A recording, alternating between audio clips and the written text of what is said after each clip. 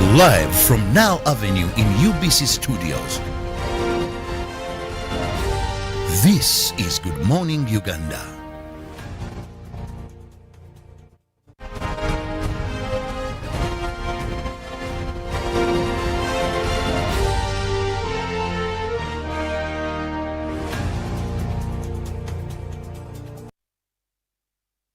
A lovely morning to you. Thank you so much for keeping with us here on UBC TV. Welcome back from Weather and Nature with Molen Kenyana. Once again, I'm Robert Chirabo Nyonitono, and this is Good Morning Uganda Agenda. Now here we have a guest in studios.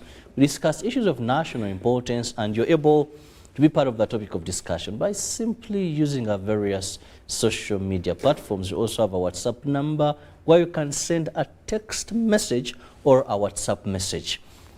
And I'll read it out and the guests will be able to respond to it. Now, 14th of June, Ugandans are expecting the national budget to be read. And of late it's done together with other members of the East African Committee. Usually Kenya reads their budget on the same date, Tanzania does, and Uganda does. And we expect our Minister, that is for Finance, Planning and Economic Development, Honorable Matia Kasaja, to read it on behalf of His Excellency and on behalf of Ugandans. Because of late, the budget goes through a consultative process where many people are part of this process. And today I have one of the people that is usually at the center point of this budget, most when it comes to civil society organizations. And I want to look at this budget. Is it people-centered budget? Many a times you hear people talk about this is a pro-people budget. It's a budget for the people. Most at this time when prices of essential commodities are really high. And joining me this morning is the man himself, Julius Mukunda, happens to be the Executive Director of Civil Society, that is a Budget Advocacy Group. You're most welcome, Julius. Thank you. Good morning. Good morning. It's nice to be here. To talk I've taken some time to see you. To talk about budgets. But when I definitely meet with the budget is about. Yes. That is when we have to hunt for you because, you know, one interesting thing usually why I like having people from civil society is if there is any group that government considers in the budget process, apart from these local councils, and for them, with due respect to them, I may not expect so much from them. When it goes, because I've attended these consultations, yes, they invite councillors from what, then there is drinks, then they debate, then after budget, have we gotten value for money? Then allowances. Then allowances. Then they go home. Then they go home. But with civil society, you have the technical knowledge. This is a crop of learned people who are scrutinized, who are advocating for what they understand. Yeah. So most of the times why I get upset with you is you're part of this budget. When it comes out, then you see them again criticizing. Now I have you on set, Julius. First, let's begin by understanding, when you talk about this being a pro-people budget, or if we want to see if it's people-centered, we must understand if the people we are talking about really participate and their participation is relevant or it's just a mere process that government spends amounts of money on. At the end of the day, it is the technical people that come up with what they give us and what we have to follow and look for the funds, and then they determine the expenditure. Yeah, again, thank you so much. I think to go on the first you ask, Julius, you've been this thing, but when it comes out, you are making a lot of noise. It's a negotiation, really. It's a negotiation. You know, there are a number of forces that are there. We need this, we need that. This is not needed, this is needed. And you can even see that even the parliament itself, as it is debating now, they have reached at the point whereby they actually reallocate the money. Government submits a budget, Parliament gets in and cuts money from different sectors and reallocates and puts in other priority areas. So it's really a negotiation process, and if you are not very careful, you can lose everything. So it's a give and take. And because civil society, for us, we have a number of fronts we can engage, because we can sit with government, engage it, pick 2 things out of it, probably 5 have not come out. Then when we go to Parliament, we also pick maybe 1 or 2, and off we go. So it's an engaging process, it's a consultative process, and you rightly said it's a consultative process. The budget of today, in terms of consultation, is not the same as the budget of 10 years ago. Today, by the time the budget comes out, you practically have known who is going to get what. And I think that's very key and very important because it helps us citizens to follow up the money. So is this budget people-centered? And for us, that's the anchor as civil society organizations, as civil society budget advocacy group. We are looking at see whether, in simple terms, that the money that is allocated in the budget, whether it is actually going to directly benefit an ordinary person. I'll give a specific example. If we have a budget of 100 million, and the 70 of it is going in wage and non-wage for the technocrats, that budget is not benefiting an ordinary person. You are getting the remainder of the budget, and yet the whole concept, the whole idea of the budget is to develop the nation. You can never develop a nation if that nation has not developed its people. So first, for the first time, we've seen a budget that has prioritized human capital development. Human capital development is taking the first priority of our budget. It had never happened. What do we mean here? We are looking at education, we are looking at health, we are looking at creative awareness, mindset change. And I think for me, that is very critical and that is very important. Now, even before you go any further, I love the word mindset change, and I was reading through the parish development model, and I saw mindset change as one of the pillars. Now, between you and me, I had never thought mindset change is a serious issue until I faced people really where they consider they don't understand things at all. For example, vaccination. Somebody says, I don't want to get vaccinated. Why? No, I will die if I get vaccinated. And you were like, but you have a degree, a graduate, you will think vaccination will kill you? Somebody said, yes, I might die, so I can't. That's the extent to which people are ignorant in terms of their welfare and their well-being. So that is mindset change we're talking about. So a parent, tell a parent, take a kid to school. I said, they will first have to grow crops, harvest. After harvesting, maybe that's when they will go to school. Or P7 is their university. And it takes a lot to convince that parent that, please, this child's future lies with the education system. Without it, they are totally wasted. So yes, we need mindset change, and we need to seriously invest in mindset change. How is it going to be carried out? Because I'm seeing, even in the budgets, getting a portion, even in all these aspects. But I'm wondering, is it going to be sensitization? Is it, Julius, because most of the times monies are allocated and you have this excitement. Good, you've talked about this time, salaries and nation not being top of what is spending, because you hear ministry has gotten this amount of money, then you clap. At the end of the day, it goes on allowances, salaries and all that, doesn't trickle down to them. Exactly. But even with mindset change, I think we need to scrutinize this deeper. How is this going to be carried out? When I look at the parish development model, so much money now, parishes are going to get about 100 million each parish. Yeah, that's the big elephant in the room. Yeah, and we are spending a lot into this new baby that we believe is going to do miracles. Yeah. That other projects like Entandi, wealth creation, and all that do the miracles. Have failed. So how how is this going to be executed? Are you going to go to a village and invite people in case you're privileged to know? Yes, I mean, mindset change. I think for me, you are asking the bigger question of is how is government prepared to roll out projects? And I think mindset change is among the projects, so many government projects.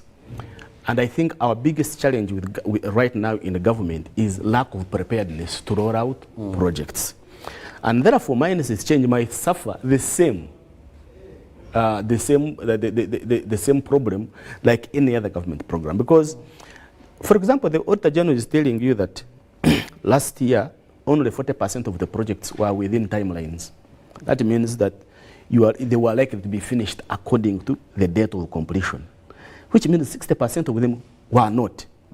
What does that mean? And he's telling you they are not because of one, lack of preparedness, you don't have a visibility plan, you have no right of way, so many things, experts we don't have. So even mindset change, part of it. And I think we take it to the parish development model we talked about. When you asked, is the people-centered, is the budget people-centered? I say yes, because now we have $1 trillion for parish development model. This money is directed on ordinary person now down.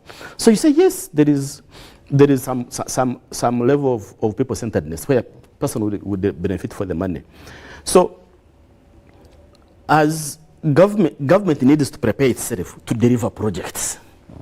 I think for me that's the most important part. Don't from the financial allocation. Yes, because somebody says, I want to build a road. Fine, they give them the money, but before they started, they didn't have a physical plan or a visibility study. There's a tree they didn't envisage of a plan. The tree of a plan is still there standing, and they want big sums of money.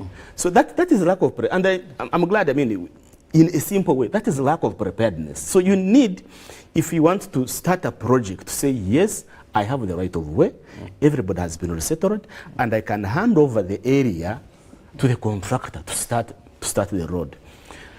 So I think as government as a whole must prepare itself, build the capacity to get ready to start any project. So the same thing with parish development model, for example.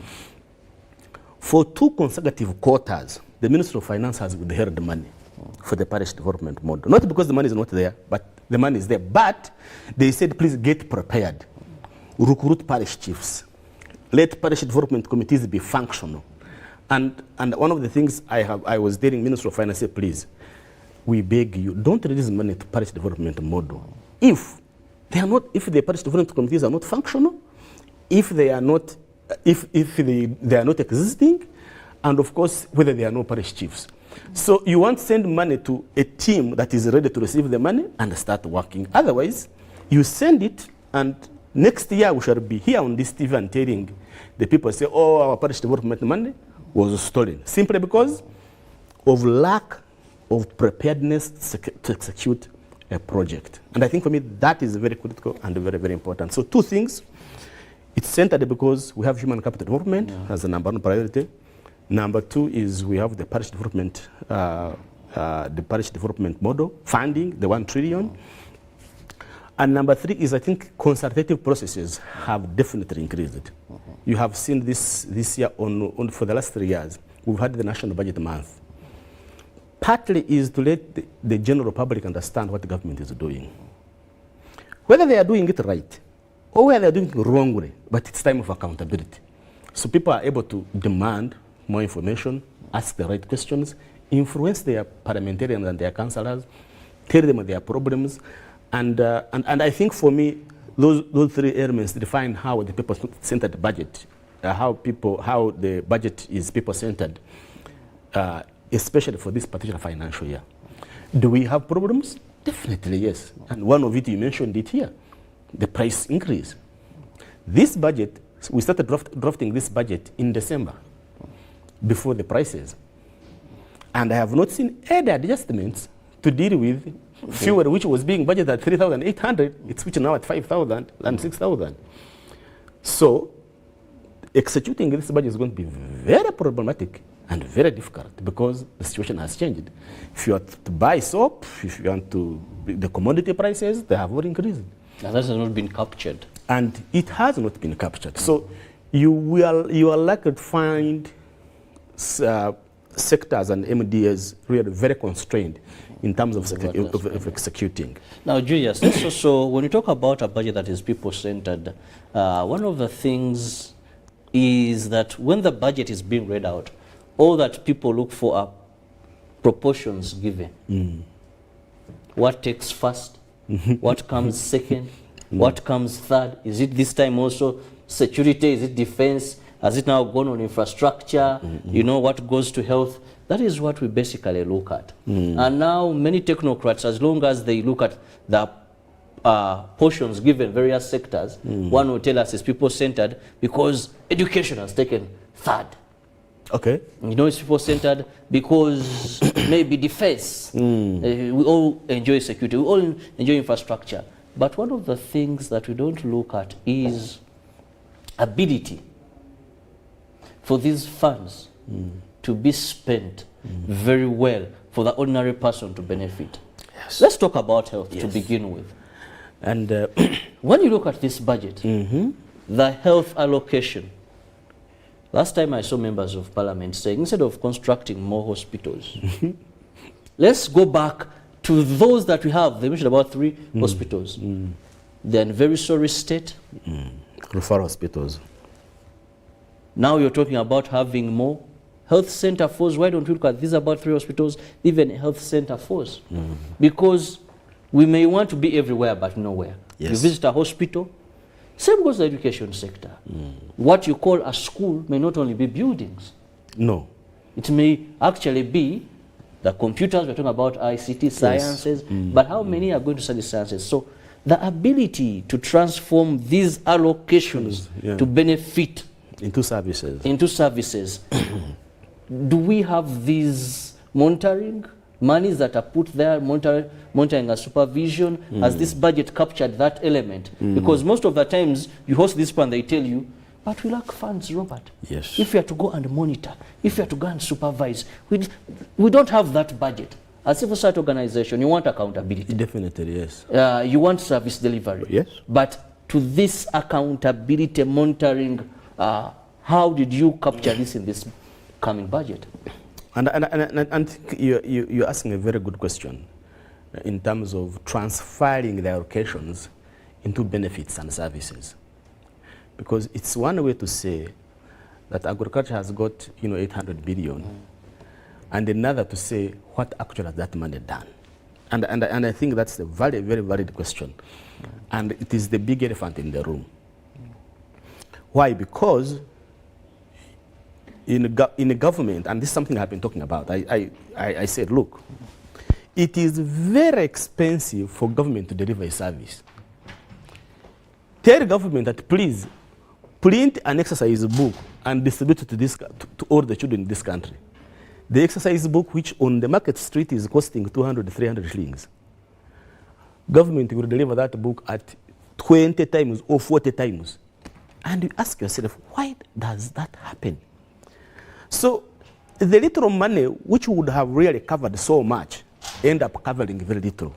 Why? Because, and I say it, and for me what I've realized is that corruption in this country, misuse of resources in this country, is no longer an element of robbery. You pick a man and run away. No. It is planned for and it is executed. How? You plan to buy 10 exercise books, put an astronomical figure in the budget. It goes to the Minister of Finance, it goes to Parliament, Minister of Finance looks at it, it is passed, goes to Parliament, Parliament appropriates and approves it, and you go out with your money and you go and buy the exercise books. So instead of buying 100 exercise books, you end up buying only 50 or 20 simply because the price you had quoted was extremely so high. So lack of a national price list is one of the big factors that is making that is preventing us from turning these allocations into better services. That's number one. Number two is, you rightly also said, a school is not buildings. A health center is not equipment. You just can't build a health center without what? It will not function. You can't put health center and you fail to plan for its staffing. It won't function. The same thing is, you have power, we have built the power dams, the Simba and the and Karuma, and you forget that you need to evacuate this power from the power dam up to the last consumer. So if we don't think through that value chain, the logic of the final consumer doesn't just need to see the dam, but need to see power lighting in the house, then we lose it. So the point is that when we are budgeting these allocations, let us look at what actually are we budgeting for.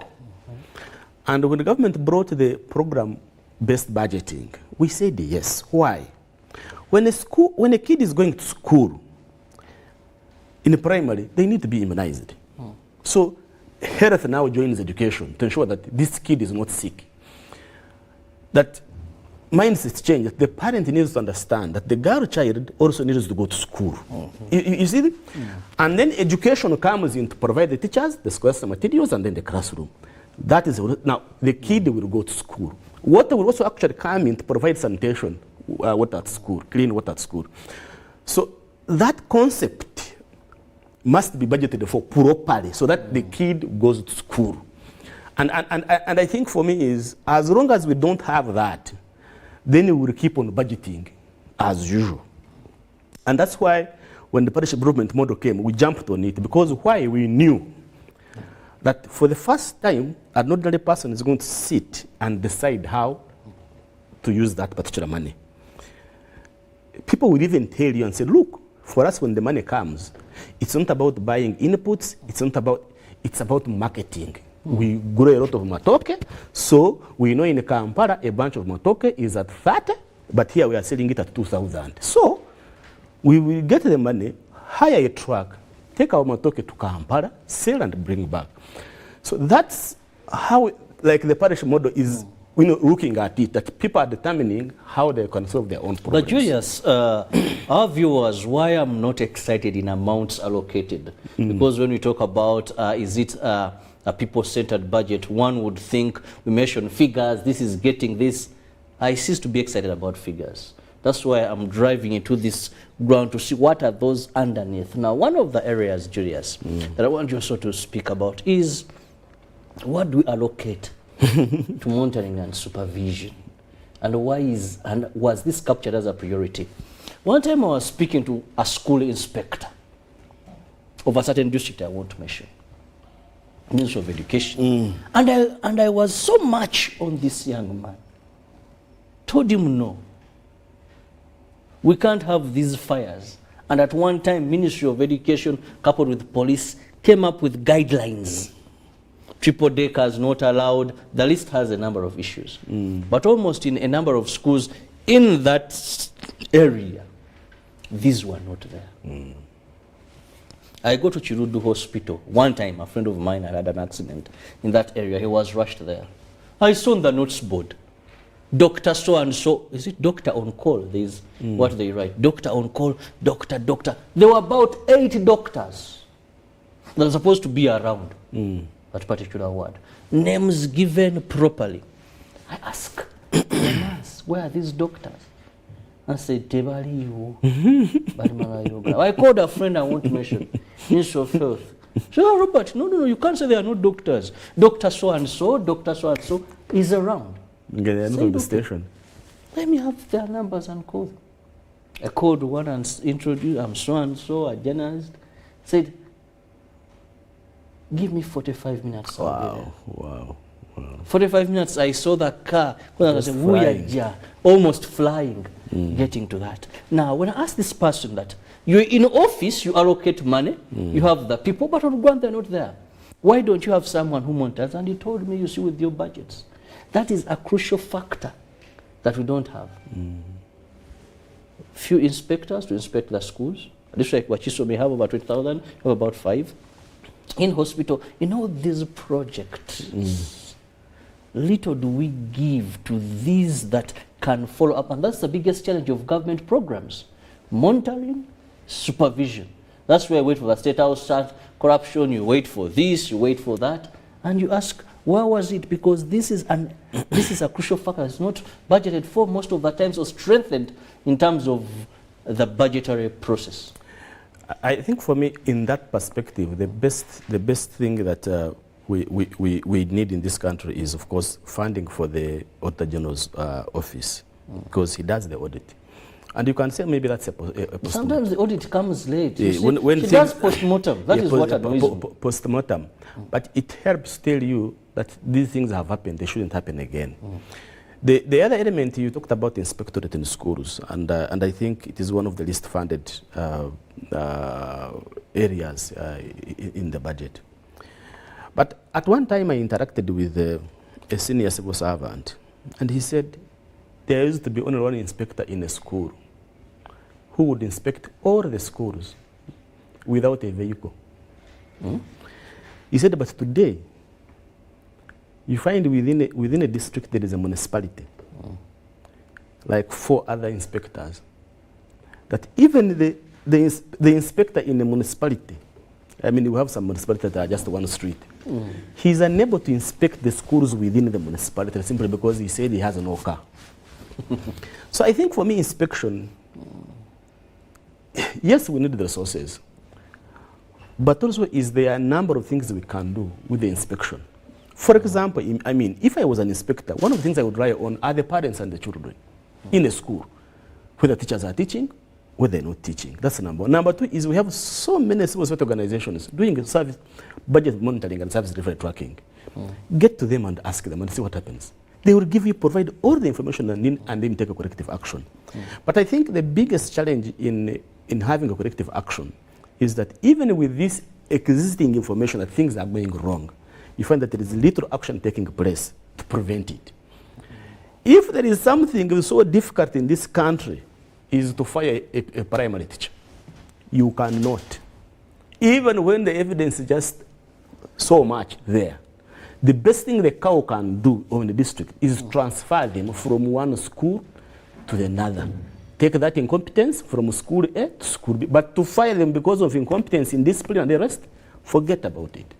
So because of that, you find that civil service really, they have relaxed because there isn't much you can do to push them out. And I think for me, that's one of the reforms that needs to be done. That you are employed because you have been given some key performance indicators. If you don't achieve them, please, there is an exit. Somebody else can be able to come and do some work. So I agree that funding for monitoring supervision is very important. Ministry of Finance has got a budget monitoring and analysis unit, and they do throughout the budget process. They do the monitoring of budgets. And some of us who are very keen in terms of budget, we're able to access this information and know projects that are not doing well, projects that are doing well, and are able to engage the policymakers about these particular projects so that they can be able to improve. And I'm happy this time around. I've seen Parliament really taking a very keen note on the performance of our projects, which I think for me is very important, because when the project is not finished, you'll not realize the benefits of that particular project in time. Look at the Ubcgmu Express, 5 years down the road. We commissioned it 5 years ago. Down the road, it's still in the making. So we have not got benefits. And so there are other more important projects that we still haven't benefited. So Julius, what you've talked about and what many talk about is the fact that, yes, we have where we can look at gaps, but unfortunately that most of these come when it's maybe too late. Last week, Parliament came up with a number of reports. Very interesting reports.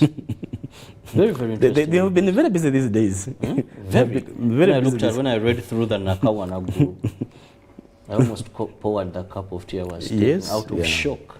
Now this is damage already done. When I look through, damage already done. When you look, and at the end of the day, much as these monies don't return to the coffers, but the Ugandans don't get the services they're supposed to be getting. Now, what mechanisms can we put as stopgaps? Enough postmortem is done. Today we are looking at if it is people-centered. If you come after 2 years or 1 year, for the damages done in the education sector, for the damages done in this expenditure, at the end of the day, the purpose of this budget may not be achieved.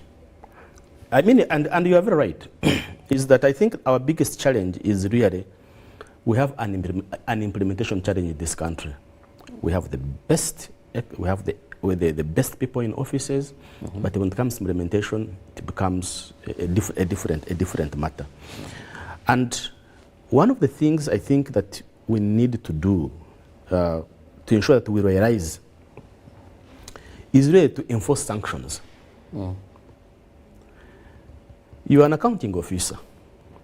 It is very clear. Don't commit government if you have no budget line. It's very clear.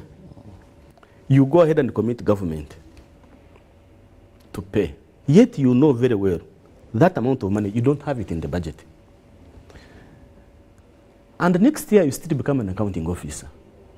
You are really encouraging indiscipline in public finance management. And therefore, our domestic arrears are ballooning. 4 trillion government owes people and is unable to pay them, simply because of some errant accounting officers who have gone ahead to commit government, yet we don't have the money. And what does that mean? It basically means that you've supplied the government beans and posho, and they have not paid you for 2 to 3, 5 years down the road. And then you think that you are developing a private sector in this country, because they say private sector is the engine of growth in this country, and you think you are developing it? No, you are not. You're actually incapacitating it. So we need really to enforce sanctions. That if somebody has not fulfilled or has done wrong, put them aside. Let's get the best people to execute this work. And if we are not going to do that, I can tell you, even our beloved parish development model that we talk about is going to face the same fate. And really, it is so. It will be sad that we shall be here not having anything to say about parish development model, because we know that the money went into a bottomless pit and it just disappeared. So one of the things that civil society we are actually arranging ourselves is we are going to have a very serious monitoring and supervisory role on the parish development model, to the extent possible that we want to ensure that when the money comes in, and the beauty now is that we know when the money comes in. When the money comes in, we want to know, is the parish development model, is the parish development committee functional? Does it exist? Is the parish chief existing? Is it there?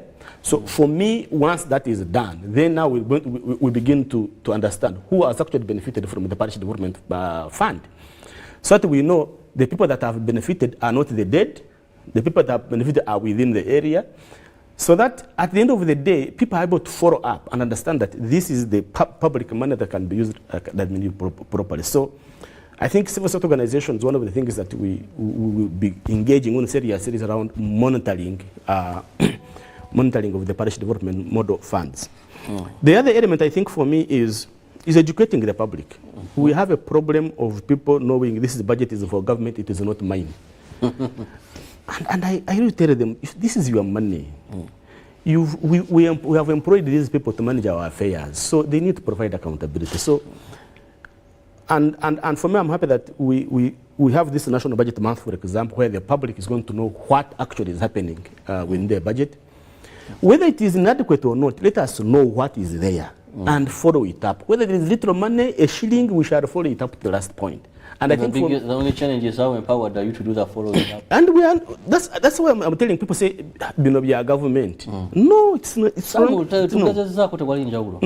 No, because we have seen it happening. We have seen communities making a change in their areas. Now, Julius, before I go to some questions coming in, I also want us to look at this budget.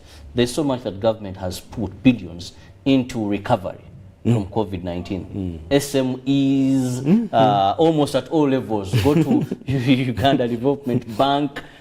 Matia Kasaja was so sure, plus all the technical part, of course, looking into putting money for these struggling companies, struggling businesses, to be able to get back to their feet. Do we see this practical? During COVID-19, I think it was around the second lockdown, I hosted Kasita, that's Kampala Capital City Traders, and they told me, you're a journalist, prove that our members got this money. I think for me is, during the COVID pandemic, it was a bonanza for everybody, really. If you read the reports, it was just a bonanza for everybody. But we pushed, and I'm glad that when you say money is going to UDB, I mean, it's not going for your circle. It's not going for your trader on the street. Even looking for UDB, I mean, for your trader, it's... But you're looking at SMEs. So we said we wanted small and medium enterprises. And we are glad that the government has put in 200 billion for small and medium enterprises. They give loans between 2 million up to 40 million, something like that. Targeting those ones. And I think for me, I would have wished that one is tripled even, because most 90% of our economy really is around small and medium enterprises. So that's a good thing. And of course, government has got a Myoga, which they have put in. And me, I usually argue that why don't you get a Myoga money and you put it in the parish development fund, a model, because it's almost the same. And also there is the Uganda Microfinance Support Center. And that one actually goes directly to those small circles in different districts. So yes, there are those particular funds that are going in those particular areas, and I think my only problem is it is so little compared to the problem. You want to put 200 billion in UDB, 500 billion in UDB. Okay, fine, but the people you are targeting there might even have the capacity actually to go and get this money somewhere else. It could have been a split so that you have so many people benefiting from this. And once you do that, you are really boosting aggregate demand in the economy. You are making people spend, you are making people buy, buy products. So my only challenge is that it is little. I would have wanted to see more investment in this particular area. Now, a question for you here. The national budget for this year is not going to favor Ugandans, but government itself, because you can't force people to contribute 20 trillion when you have hijacked the goods. Well, I don't have the name there, but that is his view of that. Then, good morning, UBC. Thanks for the program. In order to ensure successful implementation of government programs at grassroots level, there is need to institute honest people to support the monitoring. Thank you. That is Maurice Okuchu from Lila. Thank you so much, Maurice Okuchu from Lila City. Let's first do with those two. Government has hijacked. I don't know what he looks at the domestic revenue expected. Uganda has contribute towards this year's budget, and it looks at that as a big figure, about 25 trillion. Yeah, I mean 25 trillion. But I think for me, we have even the capacity even to contribute to fund our budget. I think we have the capacity to fund our budget. And what do I mean? Out of the 48 trillion that we are talking about, it's only 30 that we can allocate, because the rest is already committed. Debt related. I think we can raise 30 trillion in this country if only each and every one of us pays their fair share of taxes. And for me is, we don't even, and I'm glad this time we have not introduced new taxes or tax rates, but try to expand the taxation base. Ensure that each and every, let me give you an example. Rentals. For example, the rental tax. It's highly underperforming. A rental in Nakawa, in Rubaga, if you are renting, and there is a person in Chisora and Kotido is also renting, we should all be on the tax register. All of us should be on the tax register. But we start with Nakawa and then we remain there and Rubaga, but we have not expanded to go to all other districts. And yet we know urbanization is taking place in these particular districts. So why don't we invest? Why don't we invest in collecting rental taxes? So really for me is that, as government really, is that we are still so slow in investing in URA to collect for us more taxes. Of hiring honest people, I agree 100%. Is that we need to pay people well. That's number one. The salaries of our public servants is really, really ridiculous. We need to pay them well and then demand performance from them. Without that, I can tell you, it's going to be very difficult. Well, I want to thank you so much. Julius, in a minute, let me have your final remarks regarding the coming budget and, of course, a word for Ugandans to really be more interested. I want to use the word more interested in banning for service deliveries, knowing what they have been allocated. One time I was in Uganda, there was a notice board of how much money has been sent for what particular project. I was like, yes, since then I've never seen it elsewhere. Yes, and I think finally for me, one is that I encourage Ugandans. Please let's wait for the budget speech. Let us all listen in and see how much it is coming to our way. Number two is, please, that school belongs to you, does not belong to President Museveni. If it's functioning, it is for you. If it's not functioning, you are the one losing out. Get involved in monitoring projects. You don't need a license to monitor a project. No. You have a right as a citizen to see whether the school and the health center is functioning. But also look out for the national budget month activities which are coming up with Ministry of Finance, Parliament, and our civil society organizations. We are trying to popularize how this budget is going to benefit an ordinary person, and it's only then that we can understand the challenges, the gaps, and the strength that we have as a nation as we move forward. Thank you so much.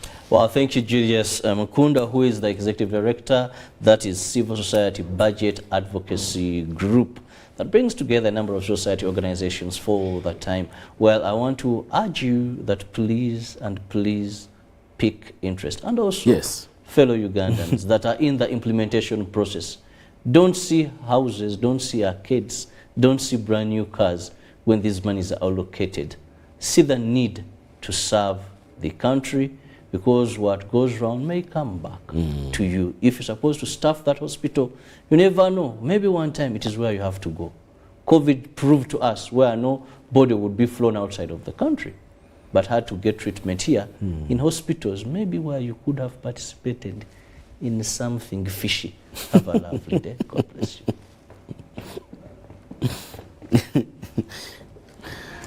Yeah.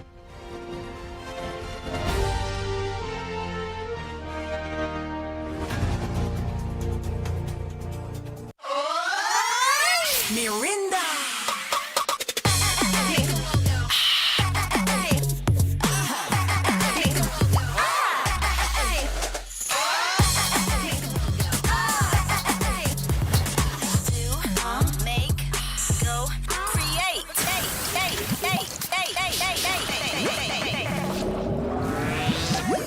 Grab yourself an ice-cold bottle of Mirinda Orange at any shop or supermarket near you. Mirinda Orange, the taste that makes you go OMG.